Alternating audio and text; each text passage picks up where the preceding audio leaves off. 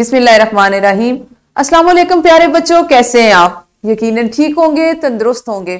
मैं हूं आपकी मौलमा मिस अक्सा जाहिद अकबर और हम पढ़ रहे हैं अपनी उर्दू जमात सोम। प्यारे बच्चों, जैसा कि आप जानते हैं हम आहिस्ता आहिस्ता अपने सबक अपनी किताब में शामिल मुख्तलिफ असबाक को मुकम्मल कर रहे हैं। मुख्तलिफ सरगर्मियों के ज़रिए मुख्तलिफ हासिलात ताल्लुम ऐसे हैं जिनकी हम मश्क कर रहे हैं और अमली ज़िंदगी में भी हम उनसे फ़ायदा उठा रहे हैं। प्यारे बच्चों, हमने अपनी दरसी किताब का 5वां सबक जिसका उन्वान है मोबाइल की कहानी, आपकी उर्दू तीसरी जमात के लिए उसका 5वां सबक है मोबाइल की कहानी। उसको शुरू करना है। हमारे 4 असबाक मुकम्मल हो चुके हैं अल्हम्दुलिल्लाह। प्यारे बच्चों, 5वें सबक में शामिल हासिलात ताल्लुम कुछ इस तरह से हैं। आप अच्छे से वाकिफ हैं कि हम अपने एक सबक को मुख्तलिफ हिस्सों में तकसीम करते हुए, मुख्तलिफ सरगर्मियाँ करते हुए अमली ज़िंदगी के कुछ प्रोजेक्ट और अमली मंसूबे सर अंजाम देते हुए मुकम्मल करते हैं। उसी तरह से हम अपने 5वें सबक को भी मुकम्मल करेंगे। सबक नंबर 5.1 यानी 5वें सबक का पहला हिस्सा, उसमें शामिल हासिलात ताल्लुम कुछ इस तरह से है। तज़कीर व तानीस यानी मुज़क्कर मुअन्नस का फ़र्क जुमलों में वाज़े कर सकें। सबक नंबर 5.2 5वां सबक और उसका दूसरा हिस्सा 5.2 में शामिल हासिलात ताल्लुम है 1 मिनट में कम अज कम 50 इख्तराई हिज्जों वाले या बेमानी अल्फाज पढ़ सकें। आपके 5वें सबक को तीसरे दिन या तीसरे हिस्से में हम पढ़ेंगे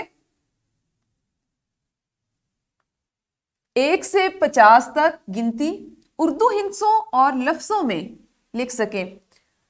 आपको याद होगा इससे कबल आप 30 तक गिनती लिखने की महारत हासिल कर चुके हैं, सीख चुके हैं। इस जमात में आपकी ज़हनी इस्तेदाद के मुताबिक हम 1 से 50 तक गिनती उर्दू हिंसों और लफ्ज़ों में लिखना सीखेंगे। ये भी हमारे 5वें सबक यानी मोबाइल की कहानी का हिस्सा होगा। अपने सबक नंबर 5.4 यानी 5वें सबक के चौथे दिन जो चीज़ें आप सीखेंगे उसमें शामिल होगा सादा और मुरक्कब जुमलों पर मुश्तमिल इबारत समझकर पढ़ सकें और मतन यानी नज़्म व नसर पढ़कर सवालात के जवाबात दे सकें।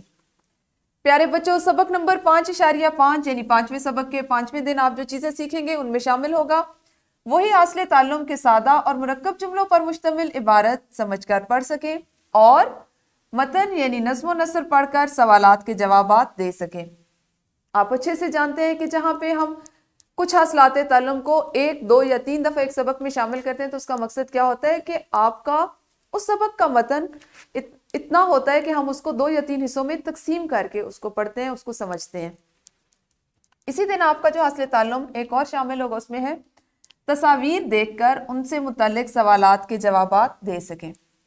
ये हमारे 5वें सबक का 5वां हिस्सा होगा। और सबक नंबर 5.6 यानी 5वें सबक के छठे हिस्से में शामिल हासिलात ताल्लुम कुछ इस तरह से हैं कि घर और स्कूल में पेश आने वाले मसाइल का हल इत्तफाक़े राय से तलाश कर सकें।